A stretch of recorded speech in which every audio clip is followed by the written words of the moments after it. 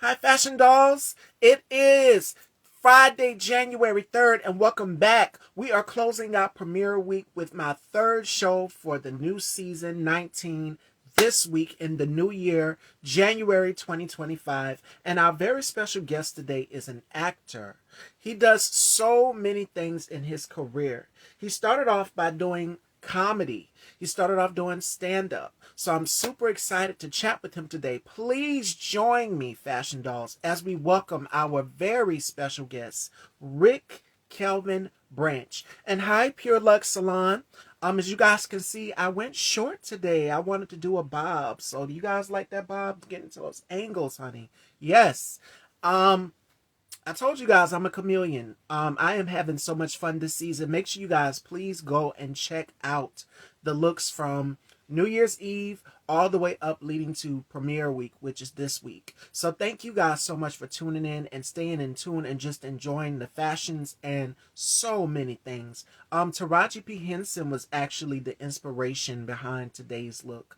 I actually wasn't gonna wear this dress. I was gonna wear something else, but I love this color, sand, and it goes right into the whole monochromatic platinum theme because I told you guys all season long the theme is platinum and I wanted everything silver, so it just felt perfect. It felt so right. But without further ado, let's get into our interview and show with today's special guest, Fashion Dolls, Rick Kelvin Branch. Let me share this live with him. And a very special shout out to Pure Luxe Salon. It's all about self-care. 2025 should be all about self-care for anybody. And I hope you guys enjoyed my interview yesterday and show with Billy Joseph Jr. Billy is also from the Carolinas, and Rick is also from the Carolinas as well too. So it's just like North Carolina is booming with the talent. I have family there, and I also have a brother there as well too. Yeah, brother, a cousin.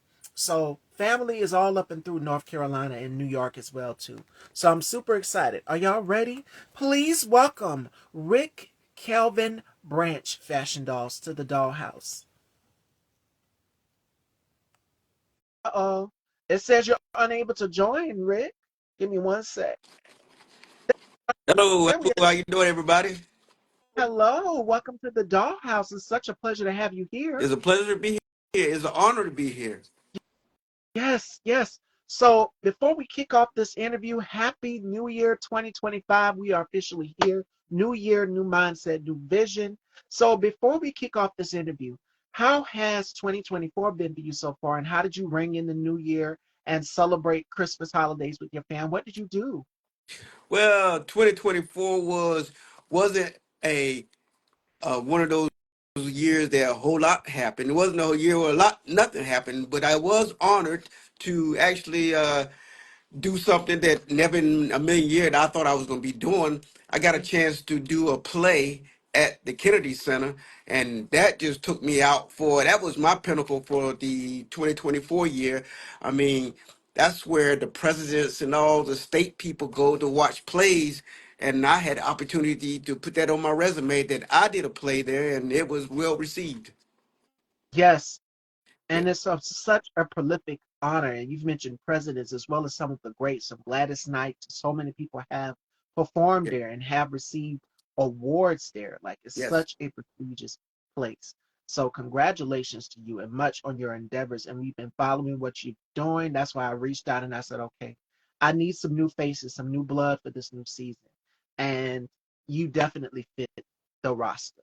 So I'm Thank you. glad and honored to have you here. And a little birdie told me that you are from the Carolinas, as I said, introducing you in the beginning before you came on. My guest yesterday is also from North Carolina, Billy Joseph Jr. So it's like the blood, what is in North Carolina is the first question. The talent is running all up and through North Carolina rampant. So what is in the water? Because the talent is just coming out of North Carolina. I think it is those boondock areas in North Carolina. There are hidden stories in North Carolina that people just miss. I mean, there are a lot of stories that can come out of North Carolina. Matter of fact, a lot of famous people that we do know came from Yes. North Carolina. Hmm. I uh I just realized that I can't remember her name, but she played on well, she used to be on what's happening.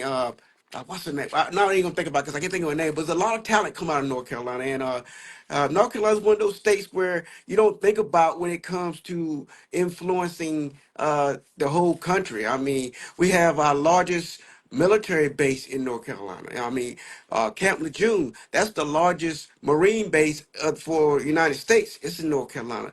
And we have all the other branches of military. People don't realize it's right there in North Carolina. We have Seymour Johnson, which is the uh, Air Force Base. We got uh, used to be Fort Bragg, but now it's Fort Liberty, which is the Army base. And then we have a military base in Wilmington. And you know, it's and we have Bank of America is the home base is in North Carolina.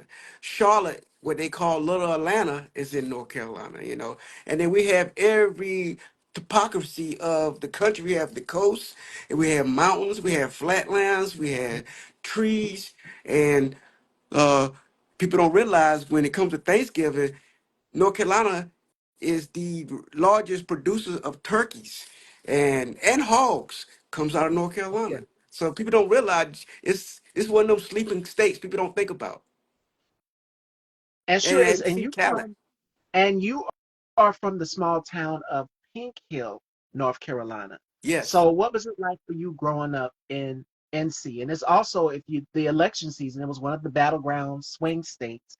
That yes. what I had to ask, because it's like, what is in the town? What is in the water? All of this talent is coming from North Carolina, and I've interviewed some of that talent here on this platform. I'm in South Carolina, Oh, okay. so it's not really as popular, but I mean, we've had some talent come down here. I mean, you've had Viola Davis and so many others that have come down here in South Carolina. James Brown as well Oh, too. So I mean, okay. the list goes on and on.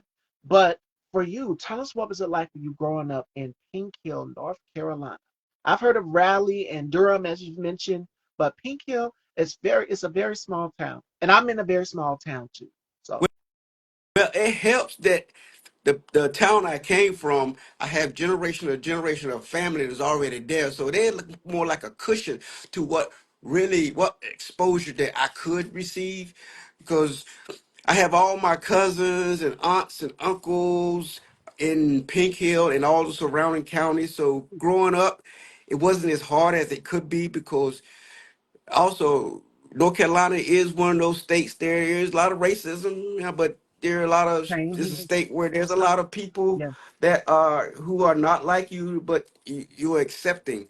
And I tell everybody, I mean, yeah, the Klan's there. I grew up working for the Klan, so you know, it's one of those states where you know, but you don't really talk about. I mean, because growing up before there was immigrants, there were us out in the field, and you know, a lot of us didn't have fields, but to for our parents to make a living, for us to grow up, we had to work for the same people who didn't like us, but they liked our labor. So you know, we had to adjust to that. So yes, and that's you're how it is growing 100. to North. Yes, it helps to have family. Trust me, it helps to have family. And Yep. And I'm so glad you mentioned that because I told a story last year on my platform when I did an interview with Terry T. Miles, who's one of the hottest filmmakers, directors, creatives. He asked me where was I from because we're gonna do something called the Turn the Table segment, and he asked me some questions. My guests get to ask me as many questions as he wanted, and he asked me what made me want to start this platform. Now you've mentioned the clans. My mother told me a story years ago because my grandmother and their grandparents that grew up doing the same thing, picking cotton, the slavery era. So down here, the Klansmen actually had a meeting in front of the courthouse in a part of South Carolina where I'm at. And the police had to protect the people to make sure that they did not get to them. So, yes, the racism is real deep down here in the water, but it's amazing that we can use our creative talents to escape it. And not only that, but to bring awareness to it. So he asked me that question, what was one of the reasons? I said, because I want change. I Yes. want change and I want it now. And I believe that we as Black people, um, my mother's told me stories about my great grandmother and our ancestors and what they had to do for us to be able to sit where we're sitting right now and get Yes. as far as we can get. And it's still an ongoing fight. I won't dive too deep into it, but yeah, it needs to be told. Yes. These are the hidden, Oh, like you said, it's hidden. People don't know about it. yes. Unless you walk it, my grandfather, his middle brother, because it was my grandfather and two other brothers. His middle brother, that's how close he was to our family. His middle brother got missing way, Oh, way before my time. And the speculation was about why he was missing. It was like one minute he's home, and one evening, just like that, he started walking, and he never came back. Never came back. And this saddened my grandfather because my grandfather was the youngest of the three, and the fact that the whole family went out searching for him out in the woods. So this wasn't too far back in the history. Went searching for him, and his body was never found. So that's why I know it is a. I ain't trying to say that North Carolina is all about racism because there are a lot of people of who white descendants who are very good to black people. I mean, if you ask them, ask them, can they come and pick you up? They'd be at your house before you can get up out of bed to help you out. So I'm not trying to say North Carolina's all racist, but there are some good white people in North Carolina. But I'm just saying it is there, but people don't want to talk about it as if it doesn't exist. As if you don't talk about it, it'll go away. But that's not the case. Yes. absolutely. And we have to bring awareness to it. So I'm so glad that you are bringing awareness to it.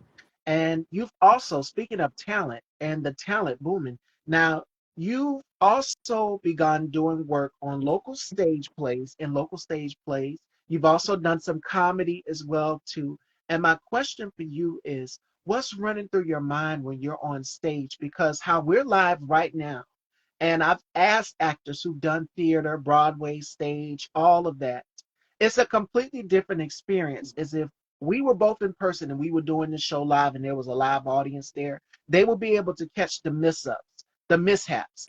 Even on if we were to go to a commercial break or something like that, they would see it and they would know what happens behind the scenes and they'll Yes. be able to give their input live in real time. So for you, which do you prefer? Because you've also done some commercial work as well too. You've done some public service announcements as well too. So for you, which do you prefer? Being on set on film, but even though it's the same thing, but the audience can catch on to it. Whereas if it's a film, the audience won't be able to see it until it comes out in the Yes. theaters.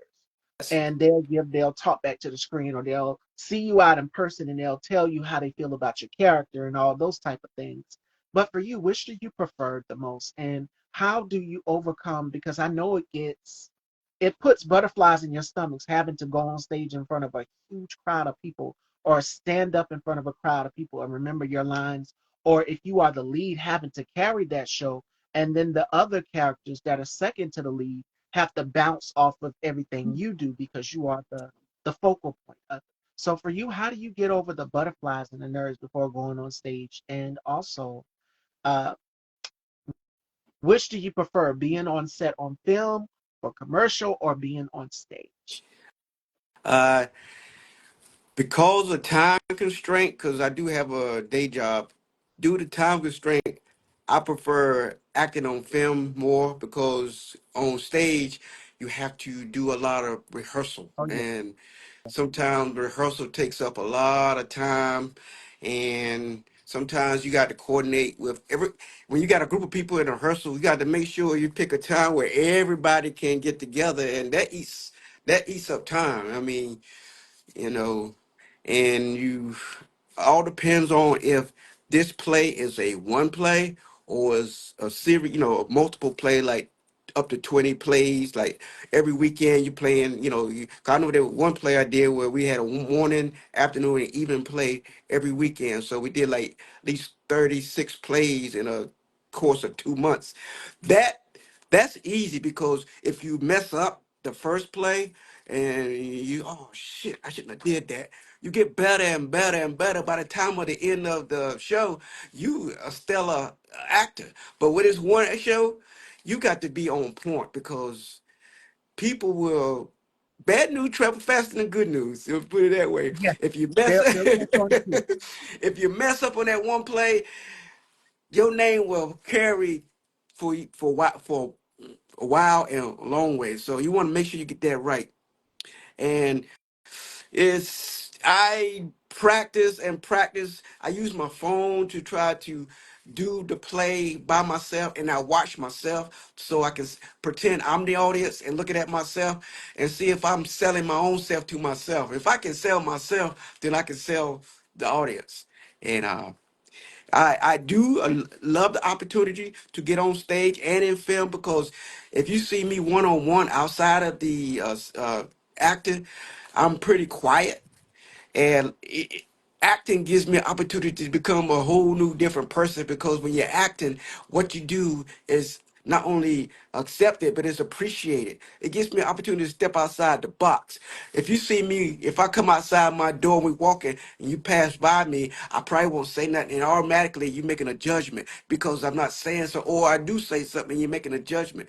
But that's really just me trying to personable person, trying to react to the person I see, and try to treat everybody with respect. But I don't do a whole lot of talking. But when you get on the stage, it's almost like somebody just prod you, and you are dynamo. You can, because it's a new crack to get somebody's attention and hold their attention. It's like crack. It's like, wow, I got you. So now you looking at me. So now I'm gonna stimulate you, because you're gonna talk about me when you leave here, because I made you get your money's worth. You know what I'm saying? It's all about that. Because after the play, when we see the audience, when they come up to you and say, man, you did it for me. That's a high. That's a high. I mean, I've done plays where I was floating afterwards, because people had come to me and said, "Man, you did your job. You did it." And it feels good, because you gave people opportunity to escape themselves. I'm escaping by being that character. They're escaping because they entrapped into what you are being and whatnot. So it's good. And not just that, but it brings out a different side that people have never seen of you before. Yes. And some people are just the shyest. I can give you an example. Not too long ago, before we came into the new year, the new Yes. season, I did my closing out of 2024 with Stephen Voice, and he said something that shocked me. He said, "I'm very shy." I said, "But your music speaks to the masses. You're completely different when you're in that booth or in that studio recording, and the listeners, us, the consumers, the listeners of your music, get onto your music or see you perform on stage, and it's like you're a whole different person. Yes. It brings it out of you, Yes. because some people are quiet to the world, and as you can say, as you said, people pass judgment without even knowing that person's just having their own Yes. thoughts. And there's nothing wrong with having their own thoughts or sitting back or being reserved. Yep. There's nothing absolutely wrong with that. Yes. So that is actually my final thought of the day. So it's great that you said that about judging and passing judgment on people.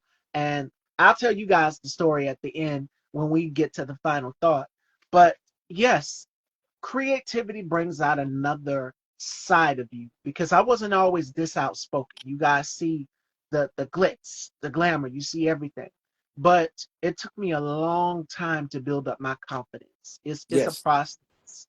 And to come out of that shell, to step out of that shell, is a process overall, because it's just like, okay, how are people going to receive you? Yes. Are they going to receive you this way? Or are we going to receive you that way? And so far, some of the responses I've gotten from people have been just amazing. And Yes. for anybody that's in their creative bag, it's such a good feeling to be able to have such good interactions with people. Hey, girl, shout outs to Nubian Treasures, handcrafted, black owned business. Please make sure you guys go and support black owned businesses more than ever now in 2025.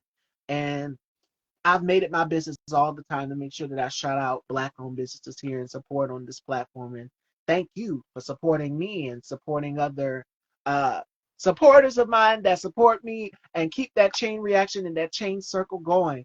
So, my next question for you is, what habits do you create to increase your motivation? Because you seem so grounded and motivated, from being on stage to doing voiceover work and public service announcements. For you, how do you stay motivated and grounded? Well, you know, our generation, we grew up hearing stories just about Martin Luther King, Malcolm X, or Frederick Douglass. And that's good. I appreciate that. But I know me as after I got to the age I have, I realized there's a whole lot of contribution that black people have done that has Come on. not been mentioned, has not been, it's been hidden. And my motivation, my goal is to get out, like we just saw the triple eight. Nobody knew about that until the movie came out. And there's a whole lot of contribution that black people has done to America to get America where it is. Like for instance, before COVID, I was working with a production team to try to tell a story about Robert Small. Do you know that what Robert Small did back in 1863 is the direct influence of how we are living today, but nobody unless you're from South Carolina, nobody even know who Robert Smalls is. And I like know the who is work, not from yeah, yeah, South Carolina. yeah. Yeah.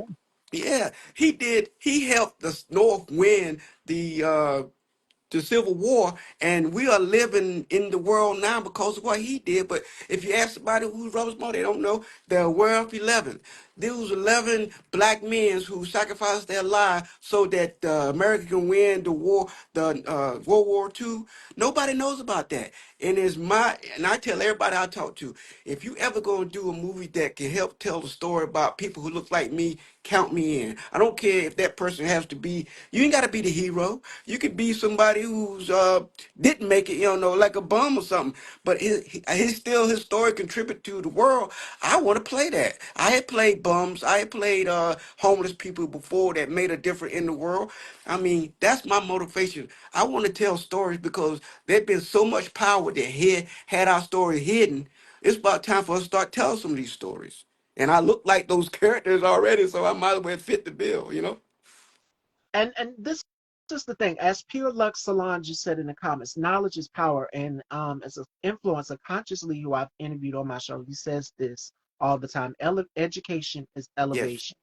And it is important that we keep surrounding ourselves with our people and educating our people, the masses, which is why I took and I created Style by Stevie. You guys see the face. You see, I'm a black woman.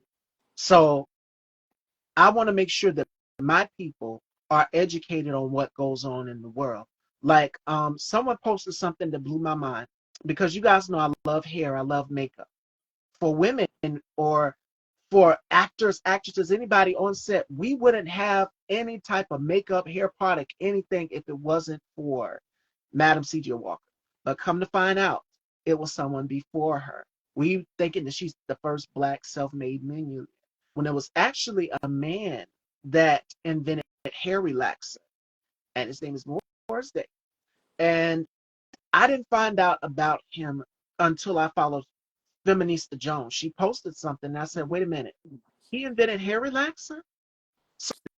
So yes, See? a man invented hair relaxer. So way before you had Madam C.J. Walker, it was him. So Yep. I mean, it's great. We have to go back and research and do our history because what they're trying to do now is erase it. Yeah. And it's important that we go back and teach the masses and educate our people, okay, on these things. Yep.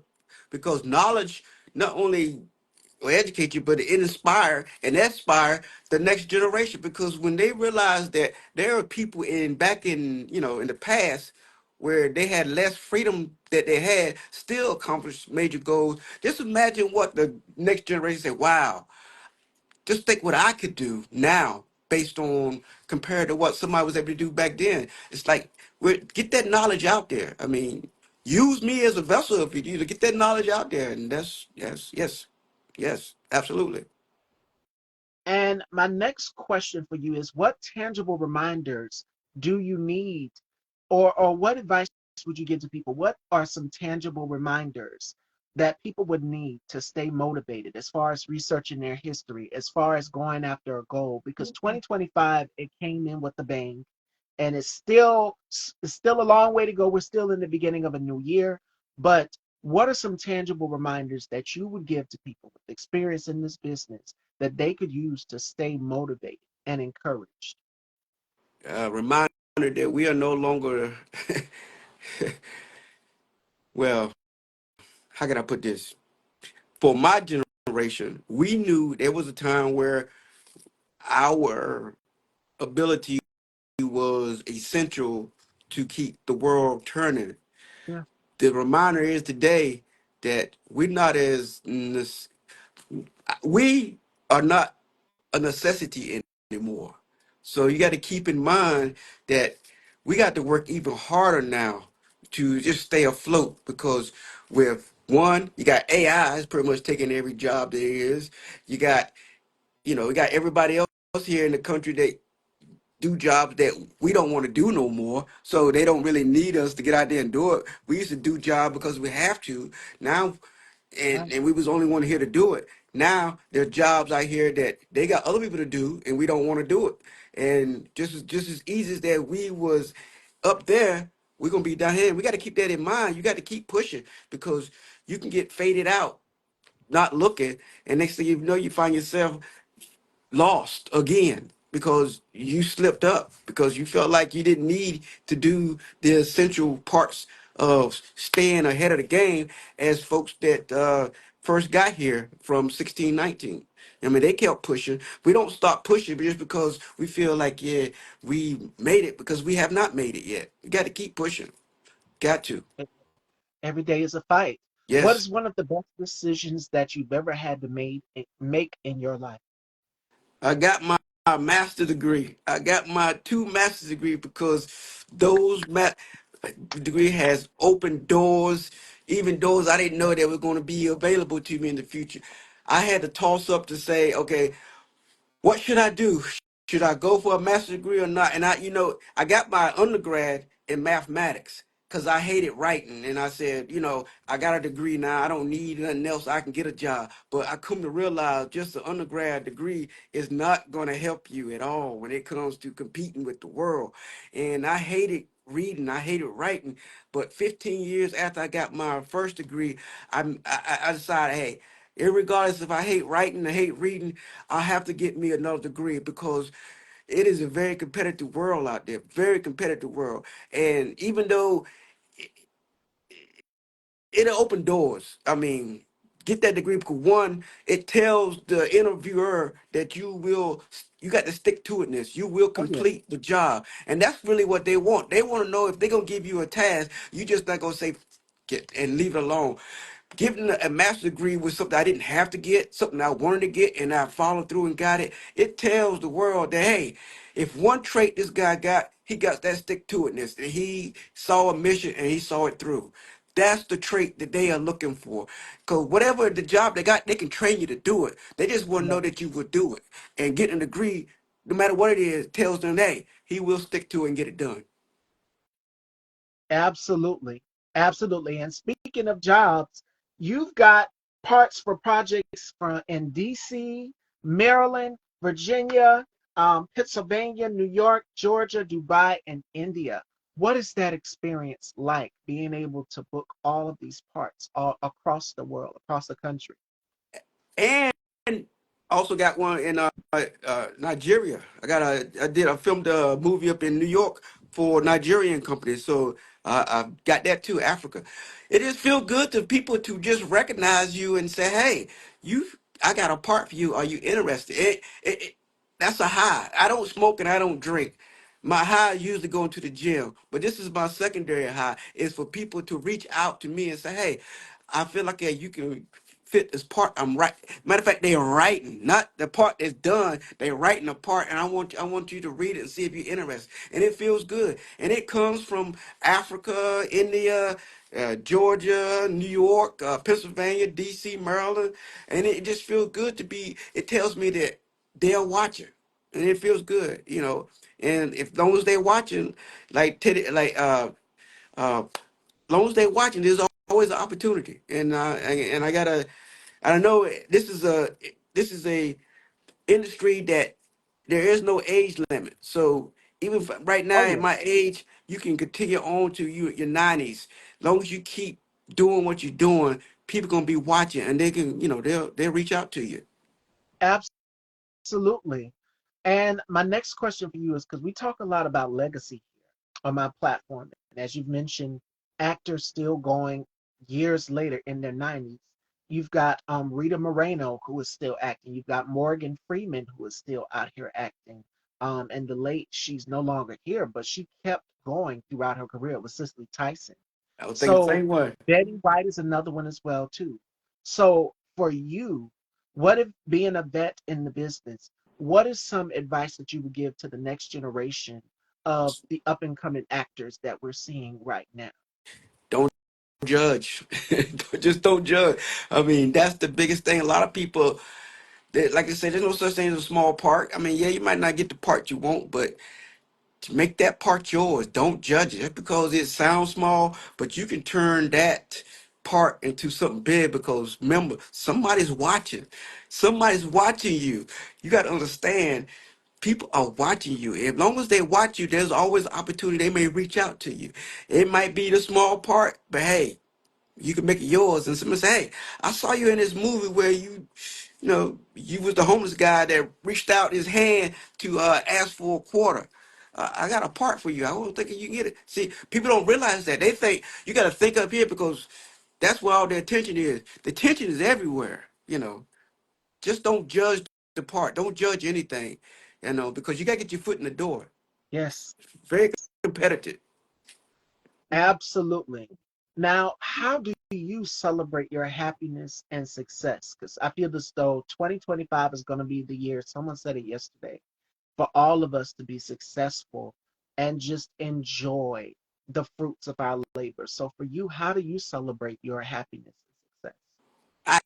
I, I tried to coordinate like I say, I'm from North Carolina, and I grew up with that monologue that hey, it takes a village to raise a child. Yes, I know I am where I am because the people that, like I said, my cousins, my neighbors, even those that didn't like me, I mean, they also influence who I am. Even those that set out against me influence who I am. So now that I have the capability, I take it back to North Carolina and have a little gathering and do what I can to put on an event so that I can see smiles in the community and the family and the people that I grew up.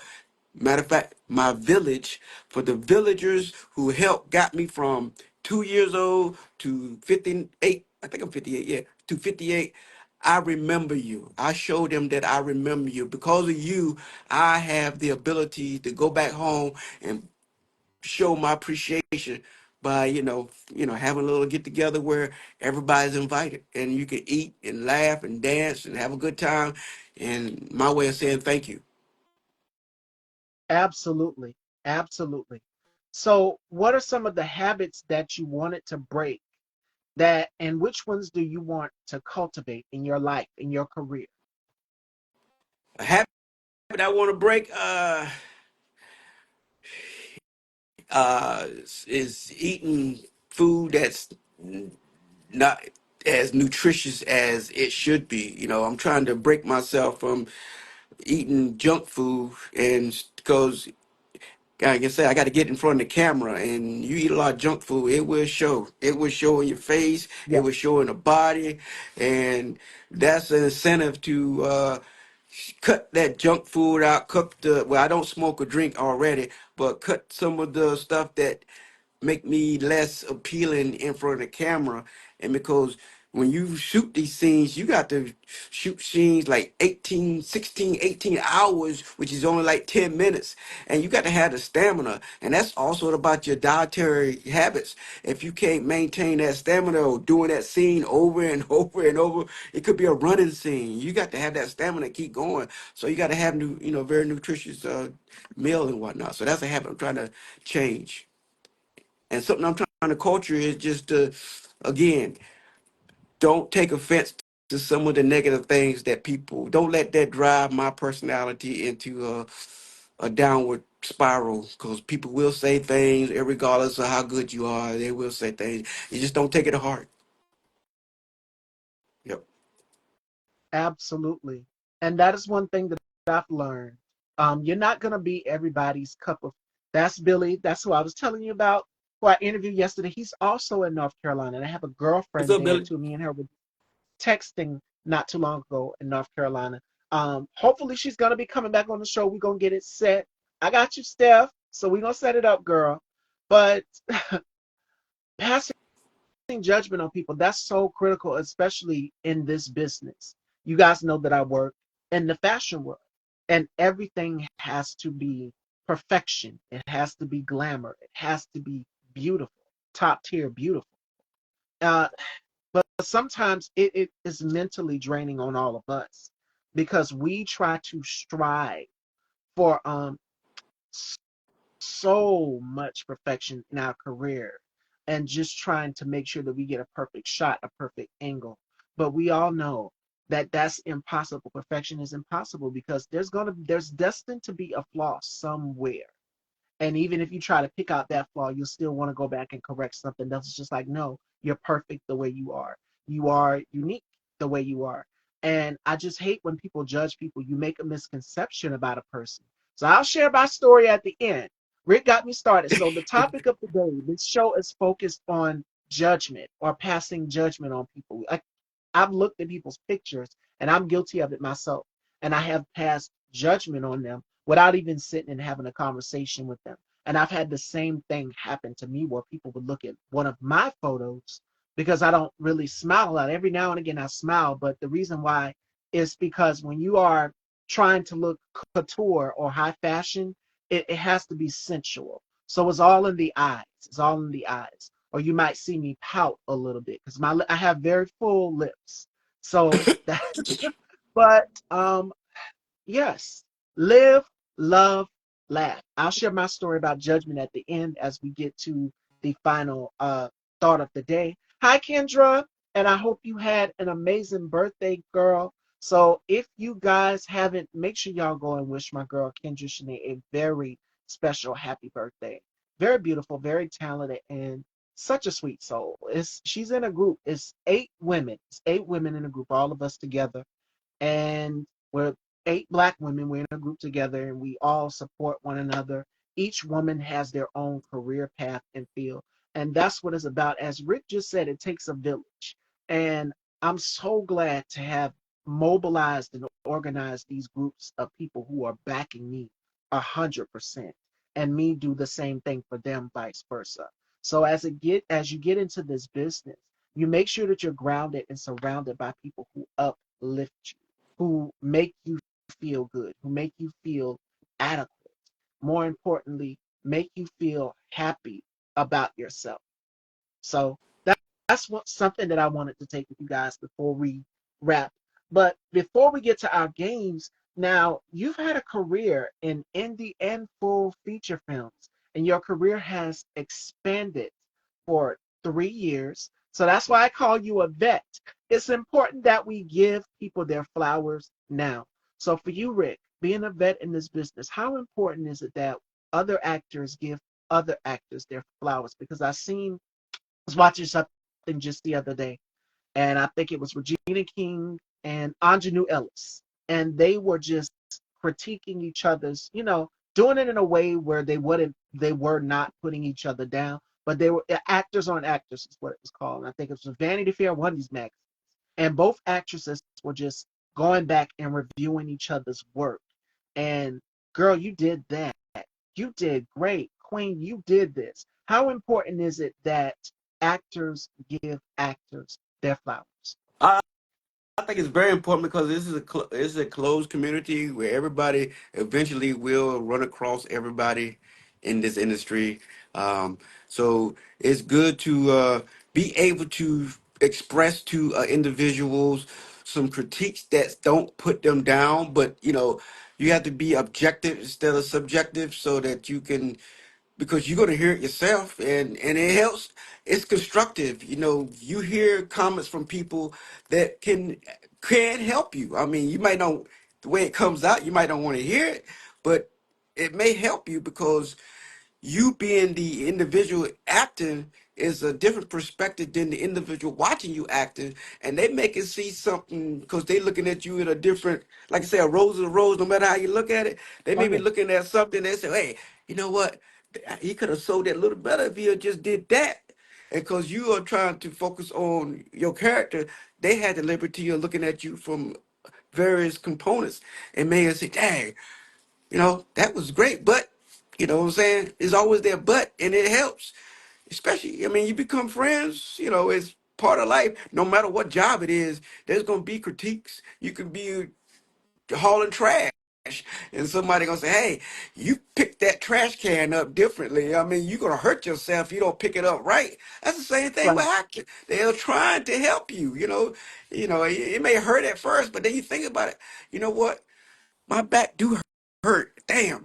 You know what I'm saying? I should have picked it up that way. You know what I'm saying? It's same. It's the same in every industry. There's gonna be critiques. So yes, I think helping each other do critical conversation is very valuable. Absolutely. And that's something that I told one of my guests not too long ago back in 2024. He said, "What do you want more of us?" That constructive criticism. And that happened. And I don't know what happened because I'm a Scorpio. It's lit. My mother is a Libra and she is fiery. I'm fiery and feisty. I'm 31 by the way. And she told me, she said, if somebody tells you no, you change and I've took in the word no and I've turned it around and it's on, game on. So whenever somebody tries to challenge me, because I love being challenged, I love a challenge, and I love having somebody run in circles. So you got the right. Yeah. I'm gonna give you, I'm gonna give you hell. So, but she's always told us to be fiery about what sets your soul on fire. And if it's something out here that makes you feel good, that you want to do that or encourage people, you get out here and do it. And I have Yep. to explain to her sometimes. Sometimes we bump heads. You bump heads with your parents, of course, Oh yeah. even in your adult. But that's something that she's instilled into all of us. Never let anybody walk all over you or tell you no. And my advice to anybody, if you're going to an audition, blow it out the water. Blow it out the water. Go in there and command that room, own it, and more importantly, bring that character to life.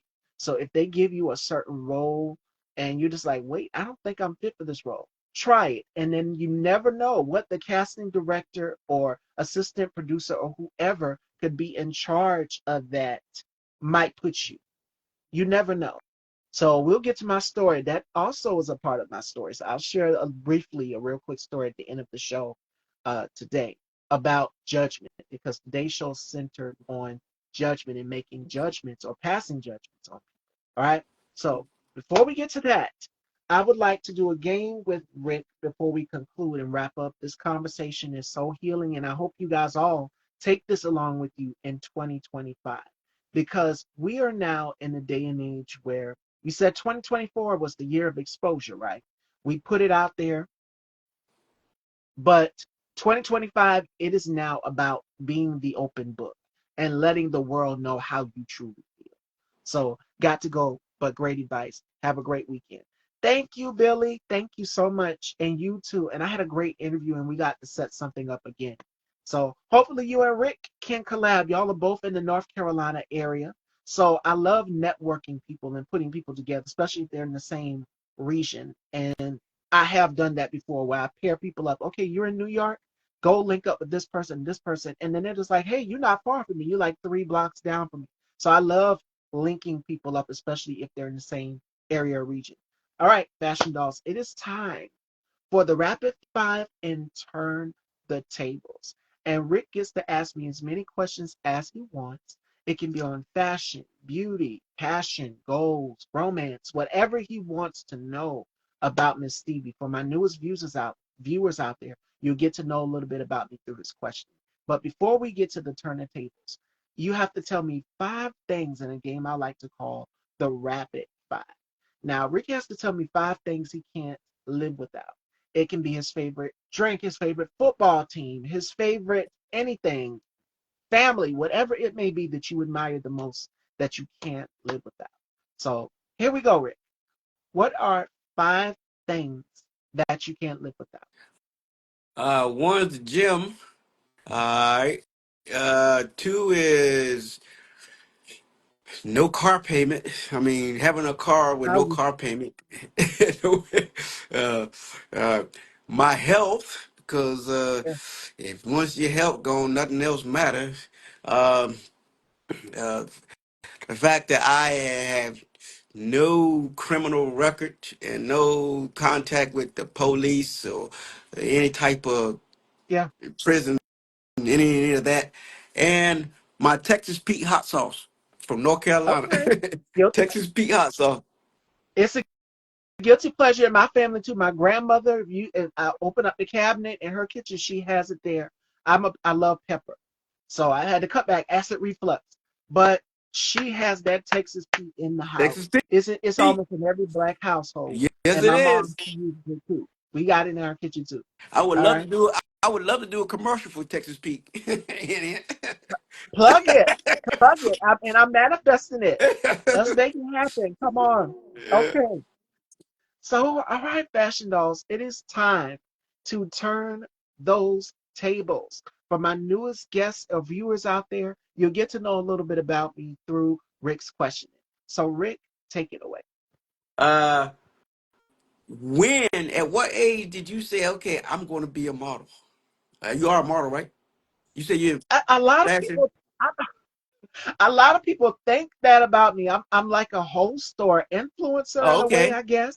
But a lot of people think that I am a model or I should have modeled. I don't know what it I is. thought you I were. don't know what it is. I appreciate it. I appreciate it because I actually dress myself as if I was one of the fashion models. That's where I get a lot of my inspiration from fashion from is from fashion models and Okay. fashion magazines. So and but people think that I just don't know. Well, yeah. Okay. Uh, so you live in South Carolina now? Yes. Uh, uh, uh, okay. What is it about South Carolina do you think is better than North Carolina? Uh, both Because you Carolinas know, sweet.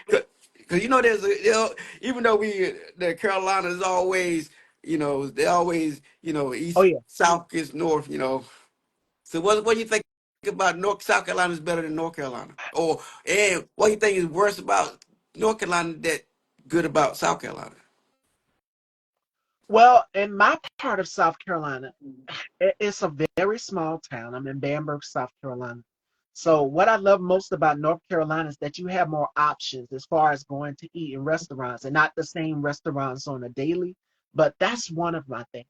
Another one of the things that I love about North Carolina is that you have more options to shop as well too. As whereas for us, we have to leave and go to another part of South Carolina or outside of our part, um, in other states to go shop as well too, or either order offline. So it's less options as it pertains to that. But of course, both parts of Carolina, from North Carolina to South Carolina, it's this. And I was telling Billy this yesterday. We were talking about what we did for the Christmas holiday, Christmas break, and we were saying the comfort food.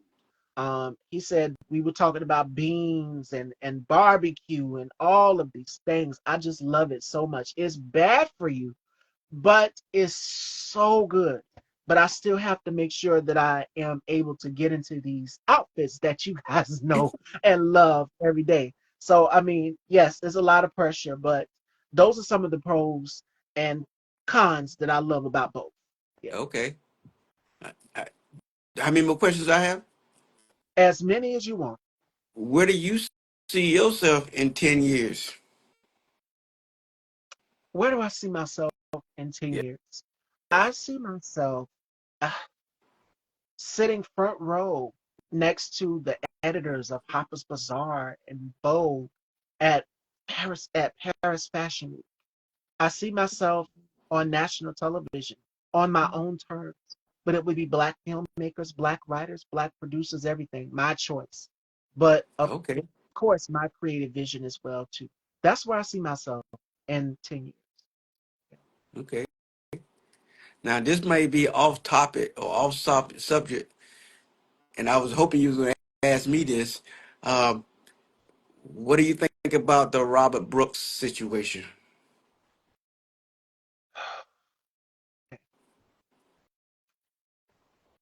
I've heard what he did, and as advocate as vocal as I am about protecting Black women. That's I still stand 10 toes to that. That's so unfortunate that that happened to this man. And just envisioning the video because we as Black people we've seen it all too often happen to us, to our own people, and it's just like something's got to give because this can't keep continuing to go on. Yeah. And if it's not that, then it's Jordan Neely. If it's not Jordan Neely, then it is Trayvon Martin. If it is not Trayvon Martin, then it's Tony McDade. If it is not Tony McDade, it's Sandra Bland.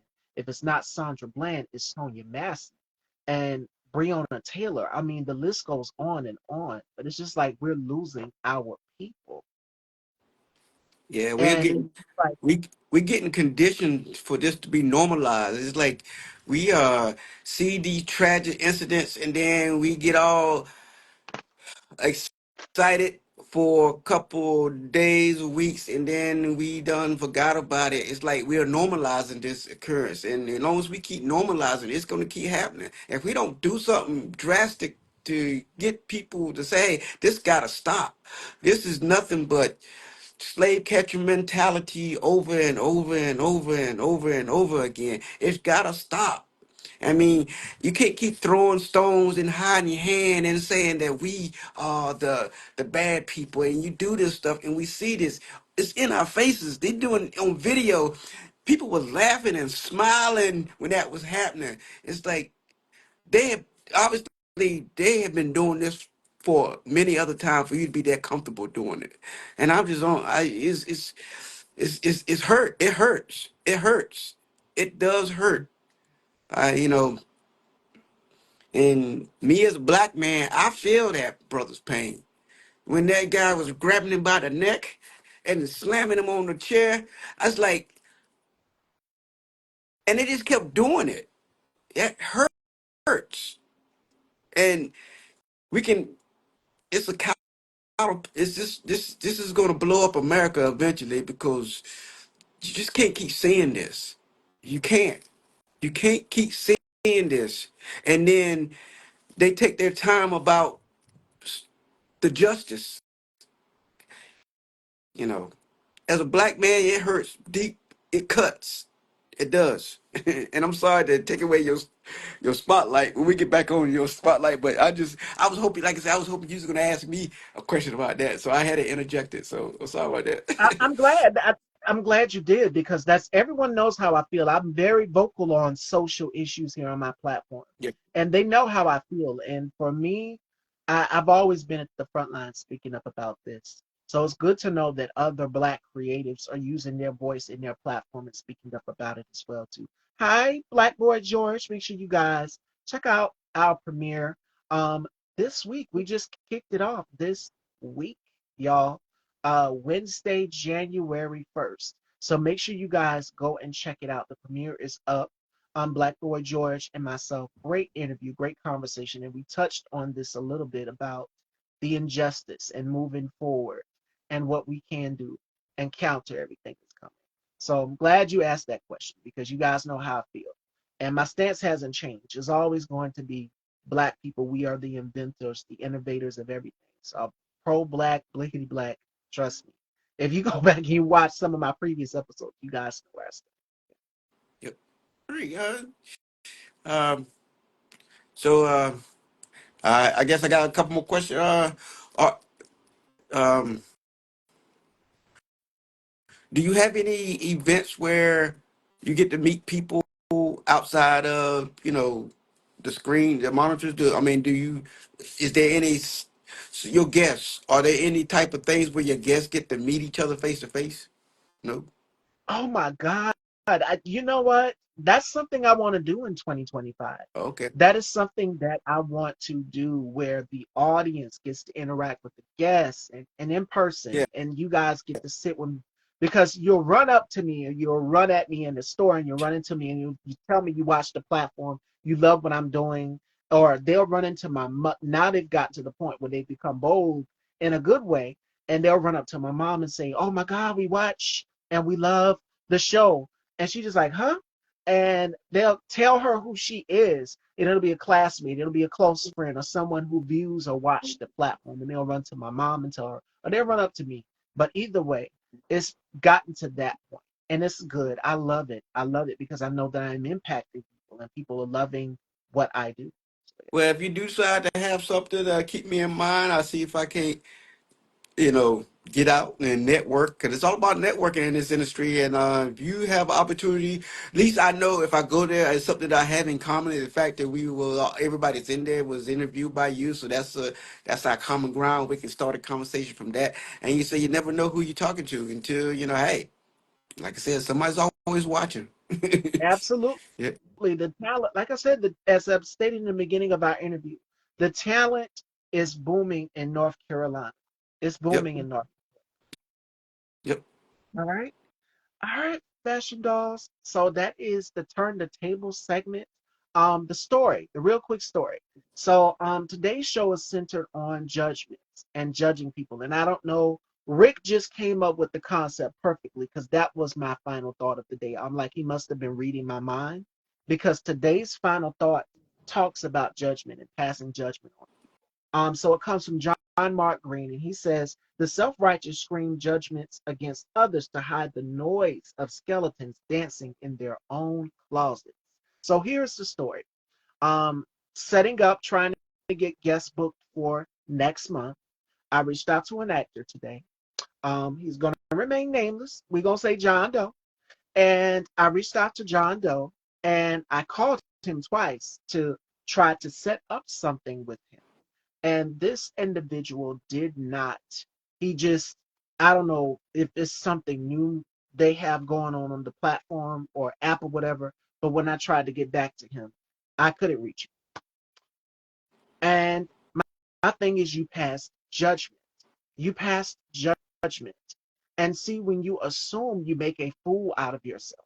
So the thing is, sitting and talking with someone, just giving them a minute out of your day. Because I did the same thing with Rick. I reached out to Rick, and it's an honor that I got to sit and chat with you and see how the conversation is. We're both on the same accord here, which is networking and putting people together. You never know where your blessing lies and who that blessing can get through to the next person and the next person. As my mom and my grandmother would say, each one teach one, and the next generation and the next generation and the next generation to come. And even with me being young, 31 years of age, how I have so much experience is because I've learned not to judge people or pass judgment on people because it doesn't feel good. We're already in the public eye with me hosting this platform, with Rick being an actor, being seen all over television, all over film, all in the world. You're in the public eye. And people already develop a certain perception about you just from looking and not even having a conversation with you. So in 2025, what I want people to do is if it's a person you don't know, say, hey, how are you doing? What can I do for you? Because right now, we all need to be mobilizing, organizing, and looking out for one another. Help your neighbor, and then your neighbor will help your neighbor. That's how it works. It's common courtesy. So a homeboy who blocked whatever, uh, I'm not pressed by it. God bless you. That's the energy that I'm adapting in 2025. And I think a lot of more people should invest that same energy as well too. So keep it pushing, keep it moving. Don't let anybody steal your sunshine because the themes, because I want you guys to continue to go into this year, into 2025 being prosperous about your endeavors, your vision, everything. So again, that person who's judging you, who's putting you down, you don't let them put you down. You keep it moving and you sparkle and you shine, fashion dolls. And I want you guys to remember that. So, Rick, what are some gems that you would like to leave with the fashion dolls before we close out? Yes, I would like to mention but two of the projects that I'm working on. One that I worked on and one I'm currently working on, and a couple more. Uh, I mentioned it when we first started that I did a play at the Kennedy Center, and the name of that play was "Bullying: The New B Word." It's a comedy drama play about high school students and how they are coping and dealing with bullying in school. Oh And yeah. it's a comedy drama. Like you have one girl named Kiona who's get picked on by another girl named Chartella, and that's a whole storyline in the play. And in this play, even the handicapped people are personified where they get picked on. And also part of this play, my character, I play a homeless guy who more like a Mr. Miyagi slash Yoda individual who helps Got this young brother who get picked on, and he's trying to wonder, why did they pick on me? What can I do to stop this? And I kind of give him some advice to help him see it through. It's a very good play. The play was done at the Kennedy Center, the Reach Theater, and Busbo and Port in DC. So I recommend that anybody interested, let me know, and I can get it back to the director. And matter of fact, there was a mayor that was at the play. She wants to have the play brought to her school district so it can be done in their school district. So that tells you right there that it was very noteworthy play. We also thinking about taking it to New York to off Broadway. So the more people are interested, the more we can get it done. And the yeah. last project that I want to talk about that I'm doing is called the Vic Jones story. It's about a individual back in I guess the 40s 50s that came out of Tennessee. He was chased out of Tennessee by the Klansmen, the Ku Klux Klan, and it was something that happened back in Tennessee, and he ended up in Pennsylvania. This is based off the true story. It was he came to Pennsylvania and he became a principal at the Harrisburg High School in Pennsylvania, where he tried to teach in the 70s kids dignity and how to be more dignified through religion, which ended up being against school policies. Where I played the superintendent, so me and him had some clashes because he's out there trying to teach my students to be more self-aware and more dignity, and but it goes against the protocols of the school. So there are some dramatic scenes in there. So stand by, that is coming out in 2025, and it's going to go to some film festivals and to um, hopefully I get my academy from it. No, I'm just kidding. But also No, working with manifest it. Speak it. yeah, I'm also working with Mark Ruffalo, the one who played he played the Hulk in the Avengers movies. And I Yes. also auditioned. Yeah, so and then I went to Philadelphia last month where I auditioned for this movie where Eric Roberts is the lead actor. It's a psychological thriller where I play a reverend. So I'm standing by now to see if I get casted for that movie. Got So this. stand by. There's a lot of projects in 2025 there. I will have my stink on it so I can increase my resume. So I appreciate the support, everybody, and I appreciate you for giving me this platform to let people know.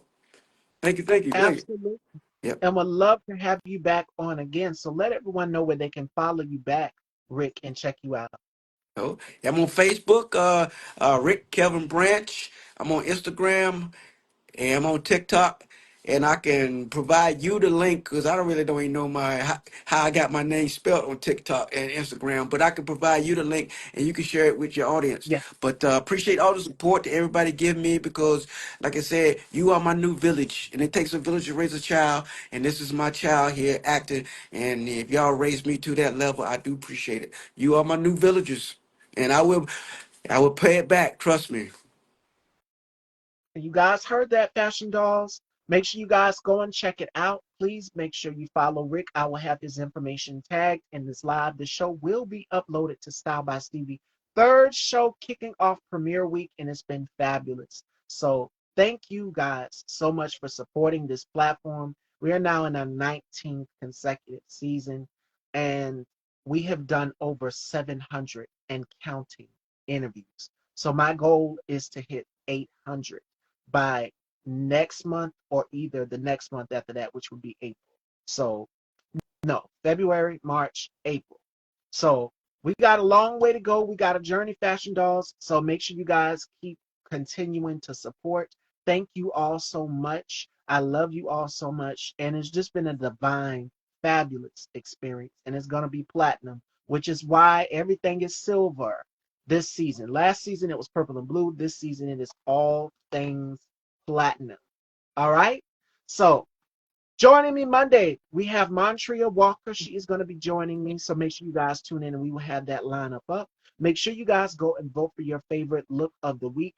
fresh new, hot new looks, and a lot more fashions this season as well too. And I'm having a ball. So I will see you guys Monday. Montreal Walker, I love you all, Fashion Dolls. And Rick, thank you so much for just coming through and imparting some of that wisdom. Thank you for giving me this platform, for even seeing me. Like I said, people are watching. Thank you for giving me this platform to let people know I'm here. You're a part of We my are, village now. yes, you know it. You know it. And I'm always here. So Yeah. we're going to set something up because I would love to have you back on again this year. Okay. So we're going to set something up. Okay. And I look forward to seeing you guys Monday, Fashion Dolls. You guys take care, everyone. Thank you.